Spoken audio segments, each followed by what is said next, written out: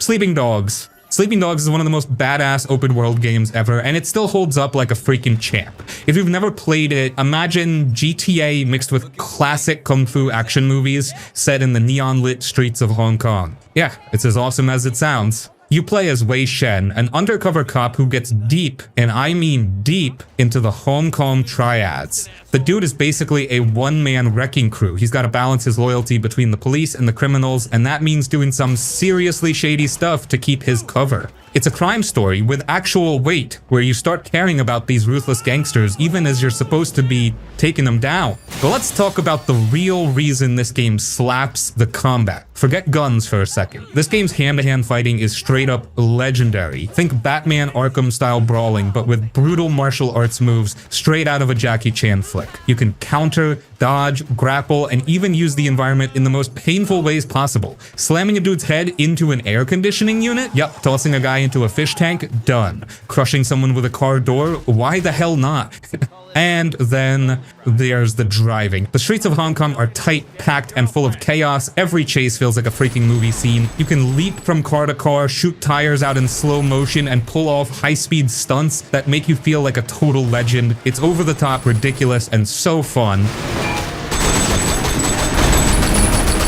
But what really makes Sleeping Dogs special is the world itself. Hong Kong isn't just a backdrop, it feels alive. Neon signs glow over rain-soaked streets, markets are packed with people, and every alleyway hides something interesting. The game isn't as big as GTA, but it's dense, detailed, and full of personality. And the side missions, you'll be racing, gambling, doing cop work, and even mastering martial arts at a dojo, is never a dull moment. Sleeping Dogs deserved a sequel. It never got one, which sucks, but it still stands as one of the best open-world crime games ever made. If you haven't played it, fix that. And if you have, you already know it's always worth another round. Wait, you are hardcore. You beat that like it was nothing.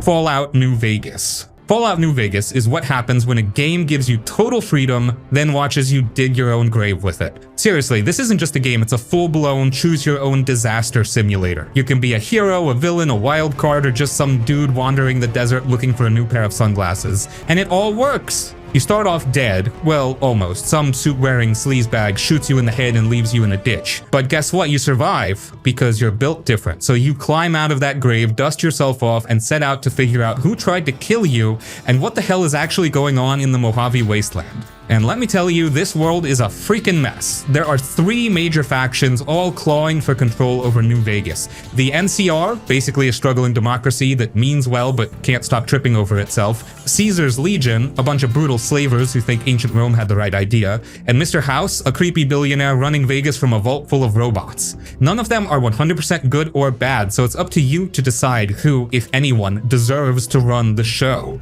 But the best part? The game doesn't force you into anything. You can side with whoever, betray whoever, or even just say screw it and take over New Vegas for yourself. Every choice matters, and you will feel the consequences. Help a town defend itself? Maybe they thrive, maybe they get wiped out anyway. Every mission, every side quest, everything you do changes the world. And then there's the writing. New Vegas isn't just full of NPCs, it's full of characters. Whether it's Yes Man, the world's most enthusiastic robot, or Joshua Graham, the burned-up warlord who talks like he just stepped out of the Bible, everyone has a story. And sometimes the best moments in the game aren't even about big battles or game-changing choices. They're just about stumbling into some weird little side story in the middle of nowhere. Yeah, it's a little janky. It's a Bethesda game not even made by Bethesda, so you already know some weird glitches are gonna happen. But who cares when a game gives you this much freedom, this much personality, and this much replayability? A few bugs are just part of the charm.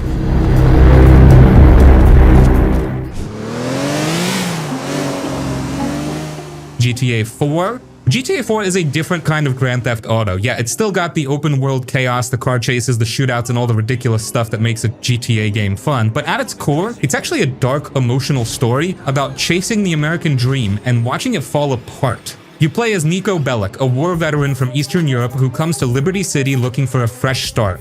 He thinks he's getting a life of riches and success thanks to his cousin Roman, but the second he steps off the boat, he realizes Roman's full of crap. No mansions, no luxury cars, just a rundown apartment and a mountain of debt. And just like that, Niko is pulled into a world of crime, betrayal, and violence all over again. And let's talk about Liberty City. This place feels alive. The rain-soaked streets, the honking traffic, the late-night radio chatter. It's not just a backdrop, it's a character in itself. You can hang out with friends, go bowling, watch terrible in-game TV shows, even get drunk and stumble around like an idiot. It's got this gritty, realistic vibe that no other GTA really captured. The story? Way heavier than past GTA games. Nico isn't out here for fun, he's haunted by his past, looking for revenge, and just trying to survive in a city that doesn't give a damn about him. And Rockstar nailed it. The writing, the voice acting, the little moments of quiet sadness between all the chaos, it all hits different. And the gameplay? Chunky, weighty, deliberate, cars feel heavy, guns have real kick, and you're not some superhero who can shrug off bullets. Nico stumbles, cars spin out, shootouts are messy. It's all more grounded than later GTA games, and that's part of what makes it special. By the time you reach the ending, you're not just playing a game, you're watching a man's entire life spiral out of control, and that final choice,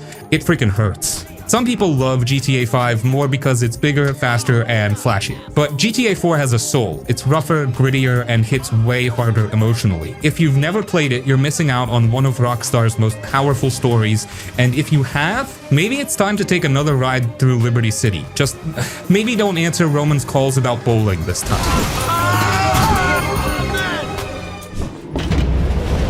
Just Cause 2. Just Cause 2 is pure, unfiltered chaos in video game form. It doesn't care about deep storytelling, emotional character arcs, or serious drama. It cares about one thing, blowing stuff up in the most ridiculous ways possible.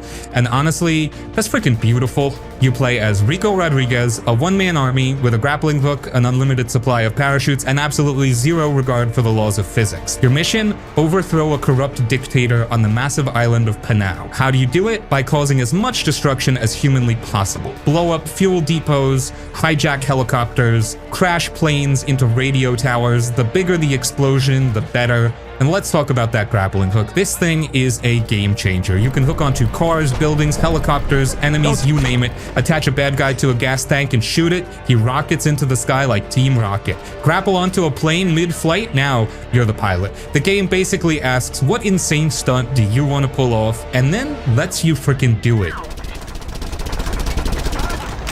The world of Panau? Absolutely massive. Jungle, desert, snowy mountains, bustling cities, it's all here. And because Rico has infinite parachutes and the best grappling hook in gaming history, you don't even need roads. Screw driving, just fling yourself across the island like an action movie legend. Just Cause 2 is one of those games where you boot it up, start messing around, and suddenly it's 5 hours later. It's pure mayhem, pure fun, and it never takes itself too seriously. If you just want to cause destruction, pull off impossible stunts, and make Michael Bay movies look boring, this game is a freaking masterpiece.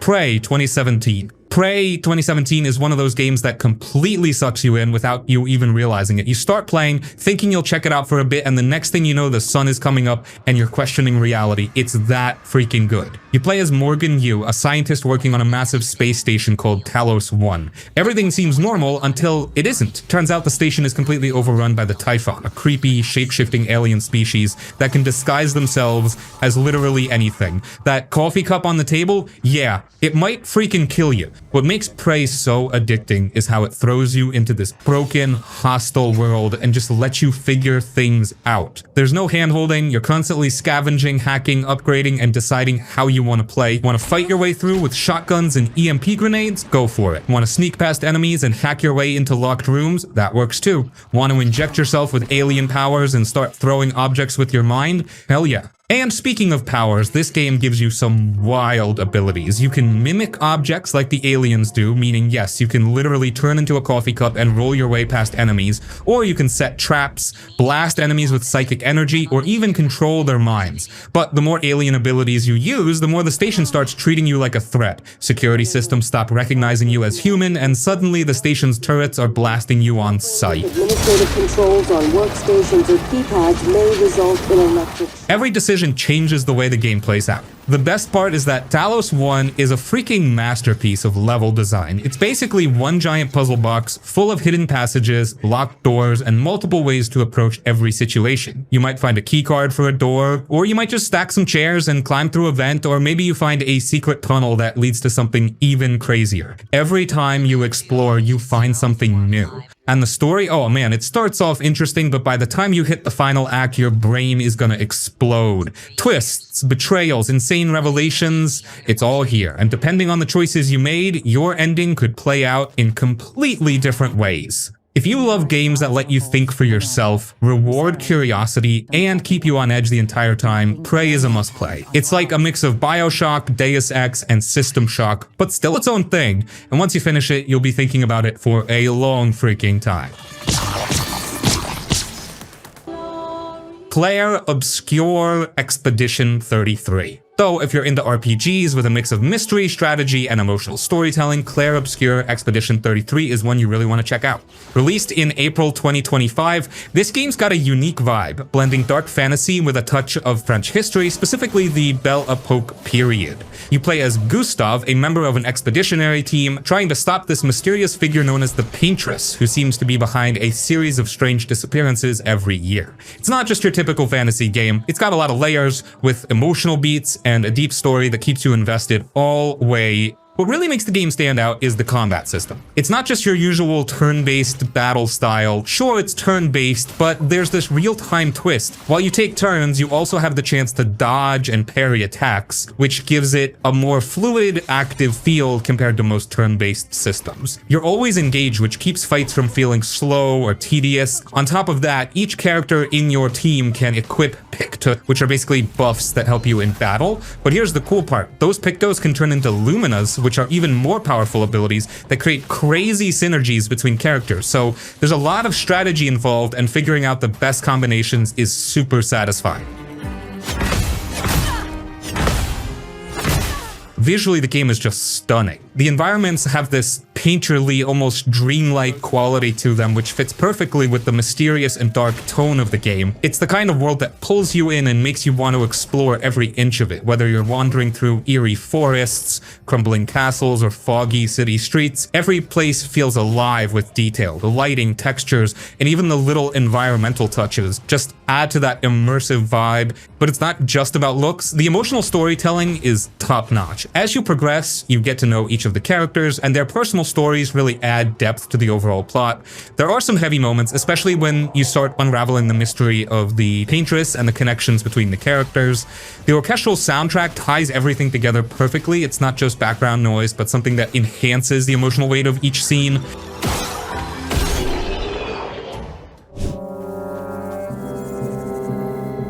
Kingdom Come Deliverance 2. If you loved the first one, this is like the next level. You're still playing as Henry, the blacksmith's son turned warrior, but this time things are even bigger, better, and way more immersive. The game is set in 15th century Bohemia, and the world is absolutely massive, twice the size of the original, and it's all open world, so you can explore pretty much everything. Visually, this game is gorgeous. The team at Warhorse Studios has really pushed the CryEngine to make the landscapes look stunning. From the rolling hills and dense forests to the bustling towns, everything just feels alive and real. You can really see how much effort has gone into making the world feel authentic. The lighting, the textures, even the way the weather changes, it's all designed to pull you right into that medieval setting. But when it comes to combat, Kingdom Come 2 delivers in spades. It's still that same complex melee system where you need to be precise with your timing and positioning. You've got swords, bows, and even early firearms, and you can use them all while riding your horse, which just makes everything feel even more epic. The combat isn't just about hitting things, it's about reading your opponent and timing your moves. It's tough, but super rewarding once you get the hang of it. But here's the cool part. Kingdom Come 2 really deepens the role-playing aspect. Your choices matter more than ever. There are new dialogue skills like appearance, coercion, and dominate that let you change the way you interact with people.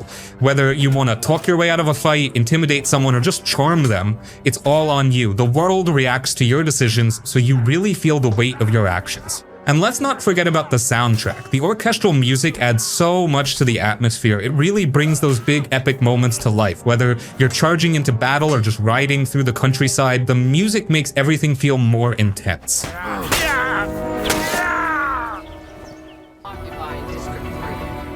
Steller Blade. So Steller Blade is one of those games that just hits different. It's got slick combat, amazing visuals, and a kind of anime meets sci-fi vibe that's honestly super fun to play through. You play as Eve, a super skilled soldier who gets dropped into a destroyed Earth to fight off these freaky alien creatures called the Nativas.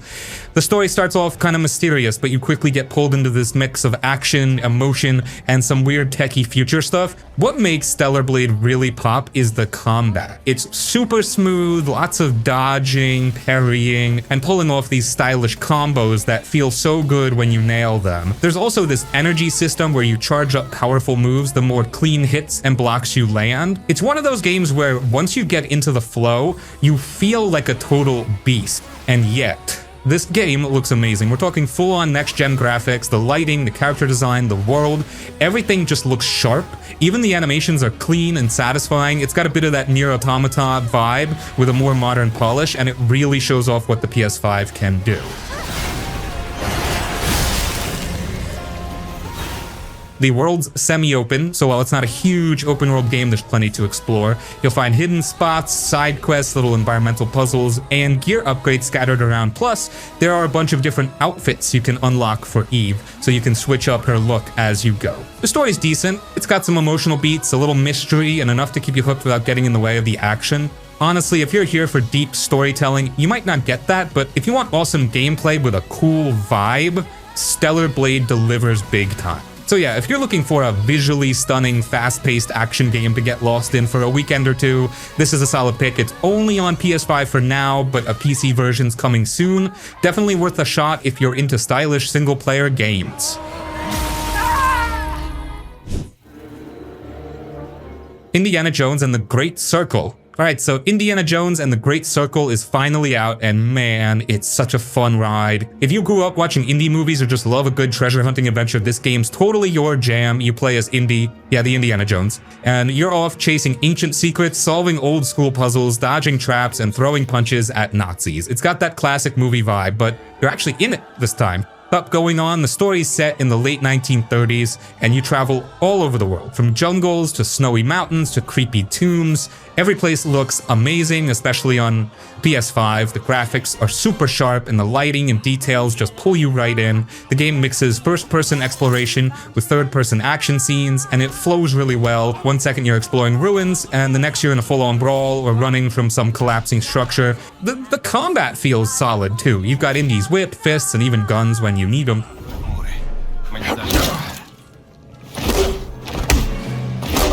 But it's not just about fighting. The puzzles are actually fun, and they don't feel like they're getting in the way. It all fits into the story and makes you feel like you're really uncovering something. What's cool is that even though this game started as an Xbox title, it runs great on PS5 now. Super smooth, quick load times, and the haptic feedback makes things feel more real, like you can feel the whip snap or the tension when you're climbing stuff. Troy Baker voices Indy, and he does a solid job bringing that charm and grit we all know.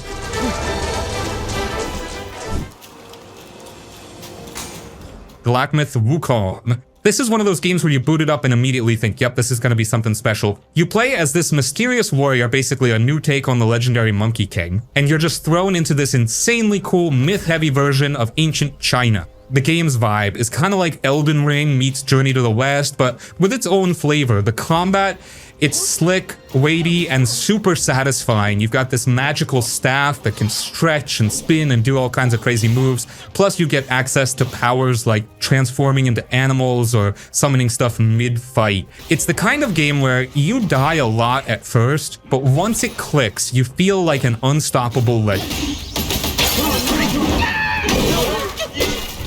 The story isn't spoon-fed, but that's kind of the charm. It's more about the journey, the mood, the world around you. It drops little pieces of lore here and there, and you slowly start piecing together what's going on as you fight your way forward. Bottom line, if you've got a PS5 or a good PC and you love action games with a bit of mystery and a whole lot of style, Wukong is a no-brainer. It's fun, it's hard, it's gorgeous, and it's got some serious soul.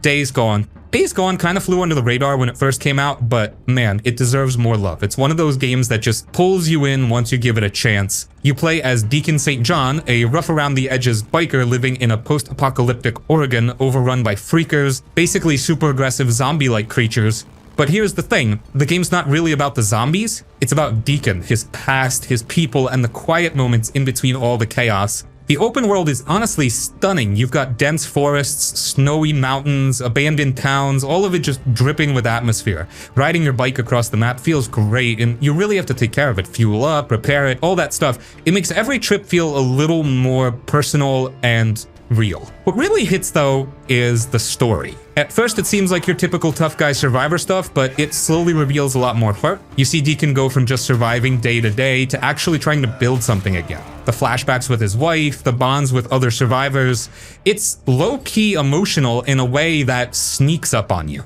The combat's a mix of stealth, crafting, and all-out chaos, especially when you're dealing with hordes. And the hordes? Legit terrifying. We're talking 100 plus freakers swarming you in real time. It's one of the few times a game actually made me panic, like, nope, not ready for this. It's not perfect, there's some jank here and there, and the pacing can be slow early on, but if you stick with it, Days Gone delivers a really solid, underrated open world story with heart, tension, and a ton of memorable moments.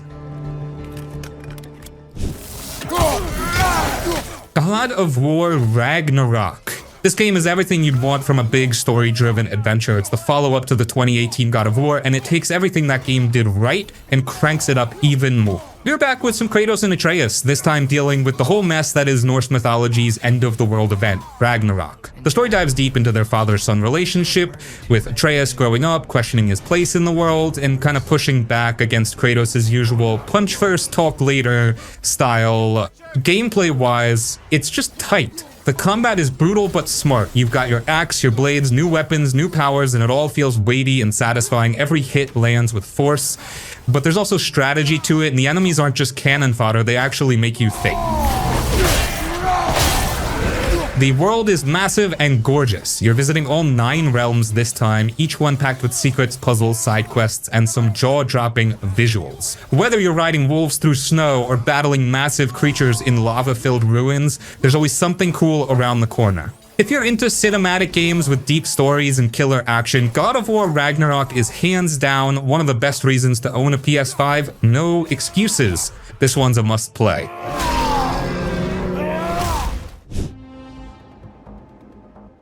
SpiderMan 2. This game is just pure fun from start to finish. You get to play as both Peter Parker and Miles Morales, and switching between them is super smooth. Each of them has their own vibe. Peter's got that symbiote suit with crazy aggressive powers, while Miles brings his signature electric venom abilities. Both feel awesome in combat, and swinging through the city is still the most satisfying thing ever. What really makes this game shine though is just how alive everything feels. New York looks amazing. You've got Queens and Brooklyn now too. And there's always something happening. Side quests don't feel like filler. There's cool little character moments tucked into random corners of the map, and everything just flows together so well. Not on my watch. Little advice for you bad guys? It's also one of those games that really shows off what the PS5 can do. Instant loading, buttery smooth frame rates, gorgeous lighting, it just feels next level. Plus, all the small details like the haptic feedback in the controller when you're swinging or landing punches really pull you in. If you like the first Spider-Man or Miles Morales, this is a no-brainer. And if you haven't played those yet, honestly, this is a great excuse to dive into the whole series. It's fun, it's emotional, it's flashy, it's just everything you want in a big superhero game.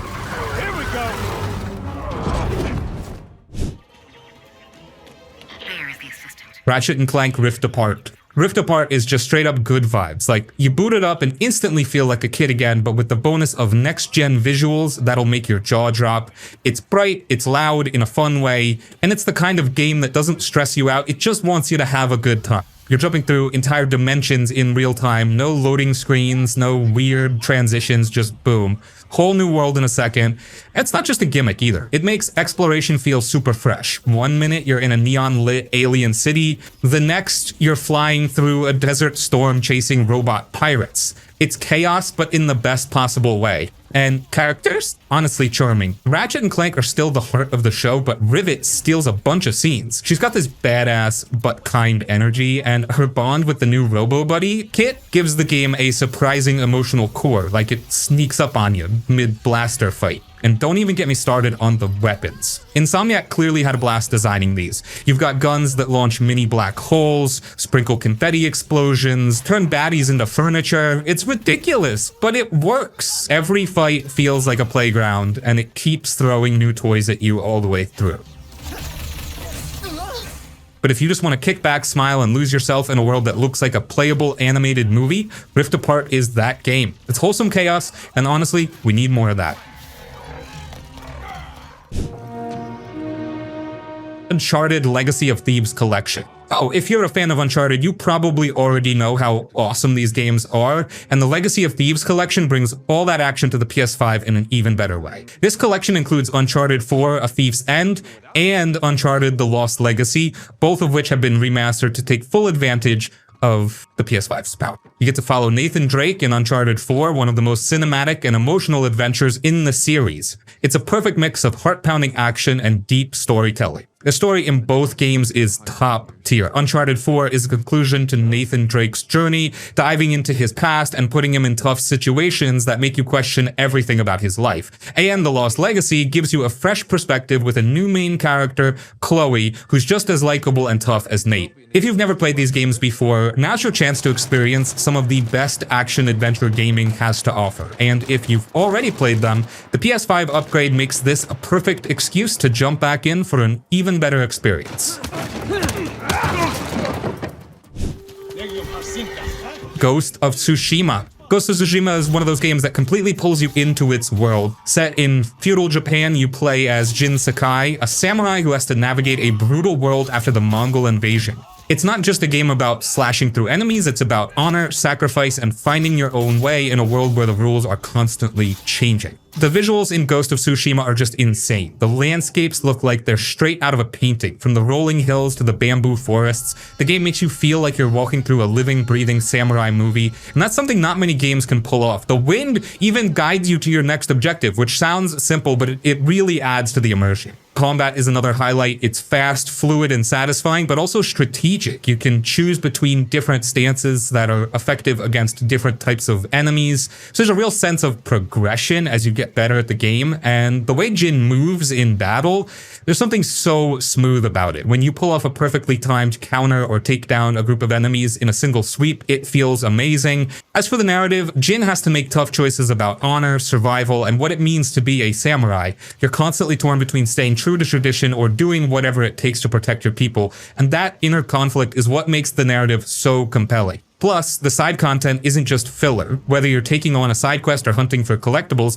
it feels like you're exploring the heart of Japan, not just ticking off a to-do list. So, if you're into samurai, stunning visuals, and a deep emotional story, Ghost of Tsushima is definitely a game you don't want to miss.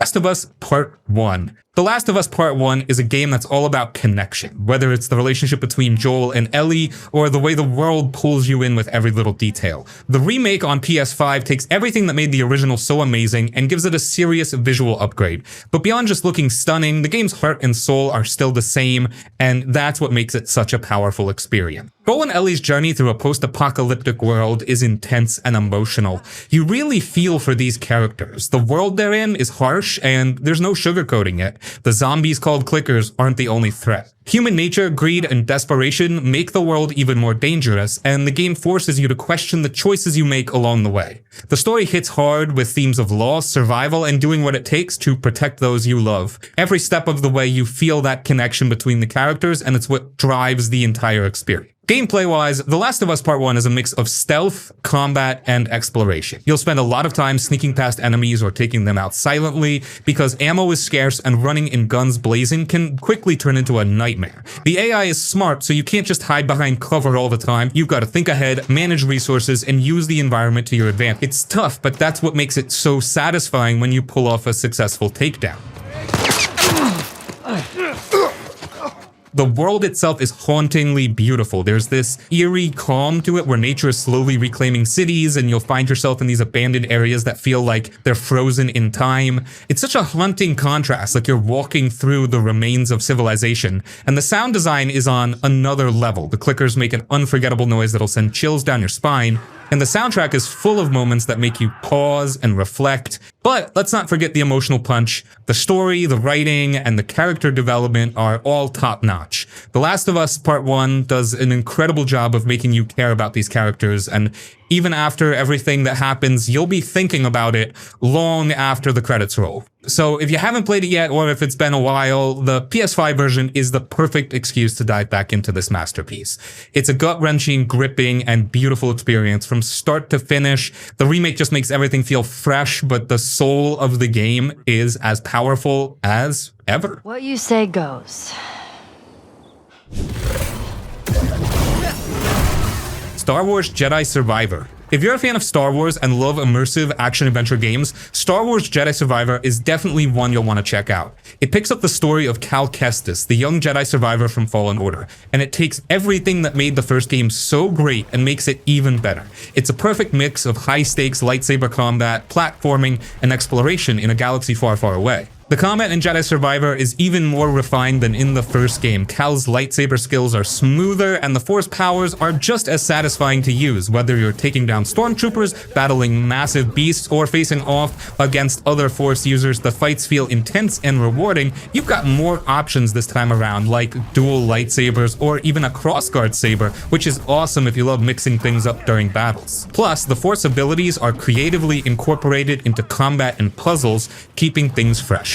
The world building in Jedi Survivor is top tier. You'll travel to new planets that feel fully alive, with tons of nooks and crannies to explore. There's a real sense of scale, especially in the larger areas, where you'll feel like you're truly stepping into the Star Wars universe. The environmental storytelling is great too. Places that were once full of life now feel abandoned, adding a layer of depth to the experience. Visually, the game looks gorgeous. The lighting effects, the vibrant colors of different planets, and the detailed character models make the game look like it came straight out of the movies. The way the lightsaber glows and reflects off the surroundings is particularly satisfying. It's one of those games where you just stop for a moment to take in the view. The story picks up after the events of Fallen Order, and Cal's journey is deeper, more personal, and full of tough choices. Without giving away spoilers, let's just say the narrative takes you to places you didn't expect, and there are plenty of emotional moments that tie into the larger Star Wars saga.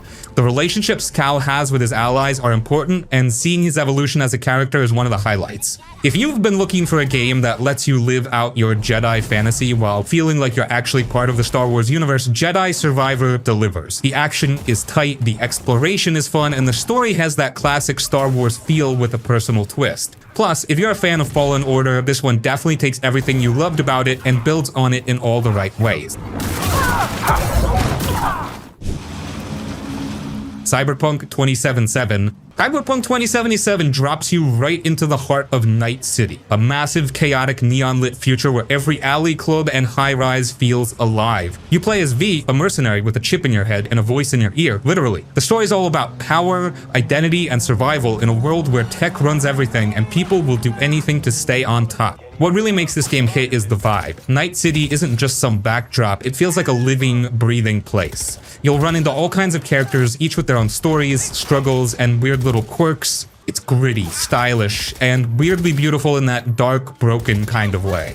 You never know what you'll stumble into. One minute you're having a deep conversation with a rebel ex-cop, the next you're hacking into a corpo building or racing through the streets on a souped-up bike. The gameplay gives you a lot of freedom. You can go full stealth hacker, be a straight-up street samurai, or mix things up with cyberware and smart weapons. The choices you make actually matter, and your build really affects how you play. The story itself pulls you in, especially with Johnny Silverhand. Keanu Reeves adds a whole other layer of intensity to the game. And the side quests? Man, some of them hit just as hard as the main story. There are emotional moments, wild twists, and some real sit back and think about life kind of beats. It's one of those games where you finish a mission and just need a second to process. Cyberpunk 2077 isn't just cool, it's deep, stylish, and packed with unforgettable moments. It's the kind of game that sticks with you long after the credits roll. Come out with your hands up!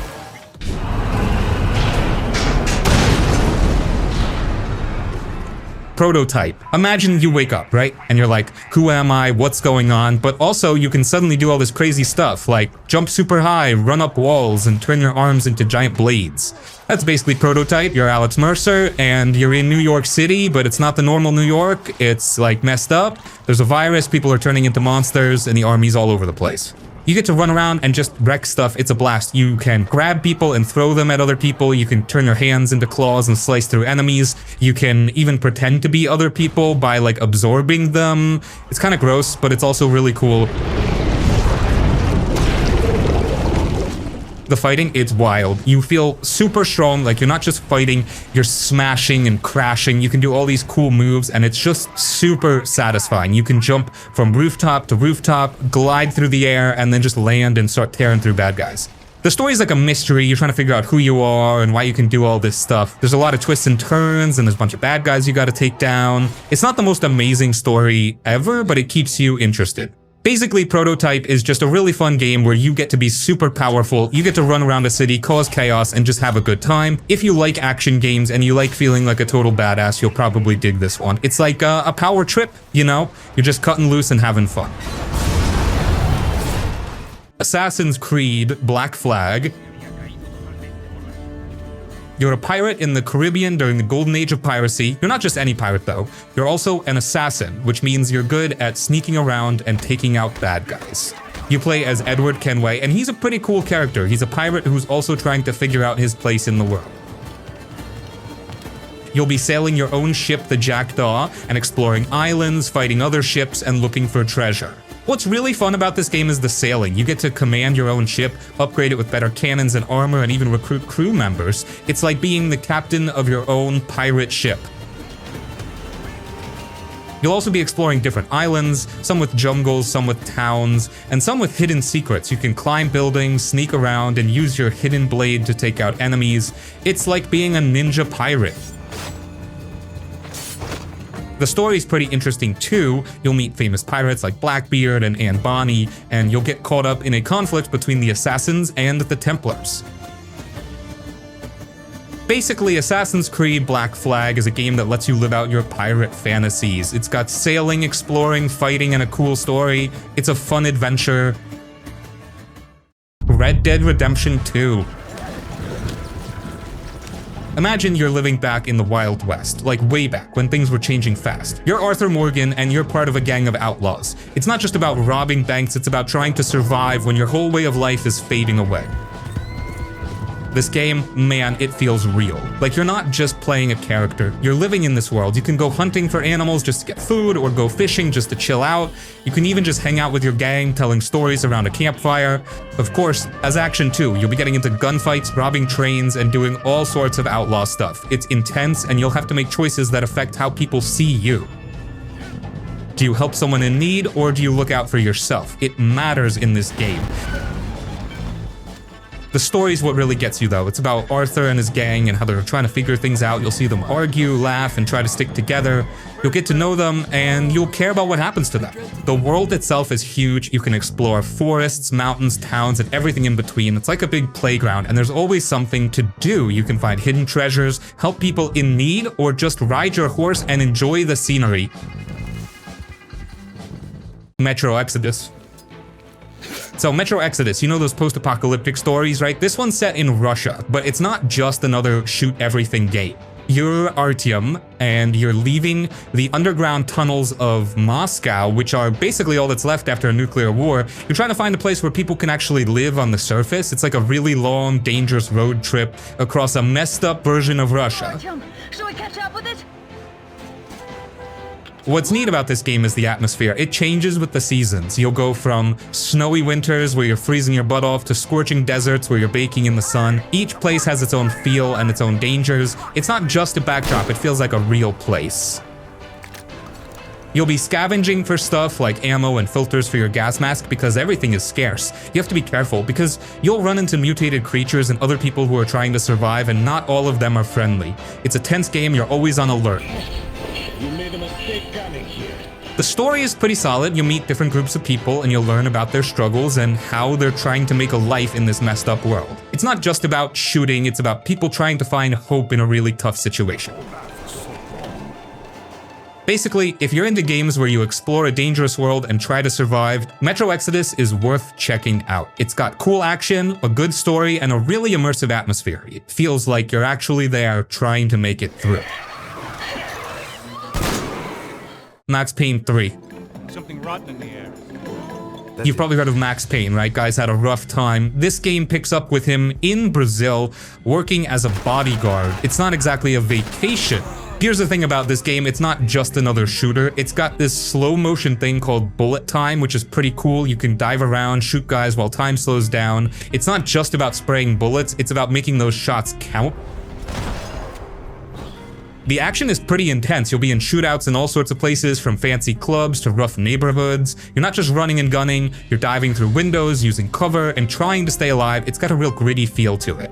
The story's dark too. Max is dealing with a lot of stuff, like his past and the fact that things keep going wrong. He's trying to protect the people he's working for, but it's not easy. It's like a crime thriller, but you're in the middle of it.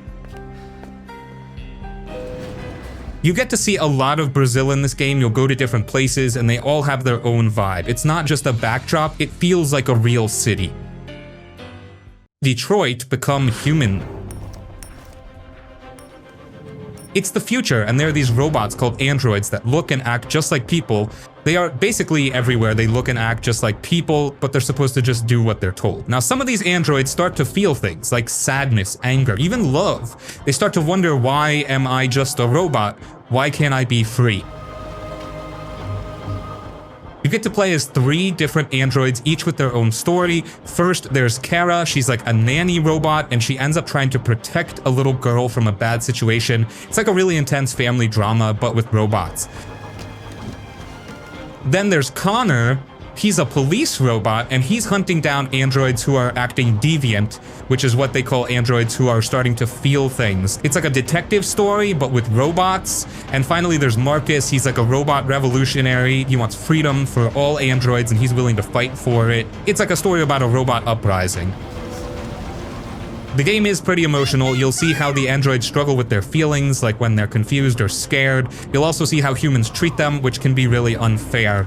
It's not just about robots fighting, though. It's about choices and what it means to be human. It's a game that makes you think about things like freedom, fairness, and what happens when robots become more like us.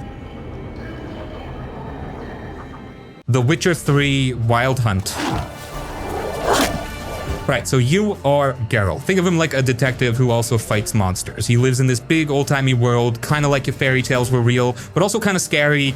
He's on a mission to find Ciri, who's like his adopted kid. It's a long journey, and you'll be traveling through all sorts of places, from spooky forests to bustling towns. You'll meet a lot of different people, some nice, some not so much, and you'll run into some seriously freaky creatures. This game isn't just about swinging a sword. You'll have to make choices that change how the story goes, like someone might ask you to help them, and depending on what you do, things can turn out really different. You'll also be solving mysteries. People will tell you about monsters or crimes, and you'll have to use clues to figure out what's going on. The world you explore is huge, like really huge. You can ride your horse through fields, sail on lakes, and climb mountains. You'll find hidden caves, old ruins, and all sorts of places to explore. There are also tons of side quests, so you can always find something new to do. On the battlefield, necrophages. The monsters are pretty cool. You'll fight everything from giant spiders to flying beasts. You can use different weapons, spells, and potions to take them down. Each monster is different, so you have to figure out the best way to fight it.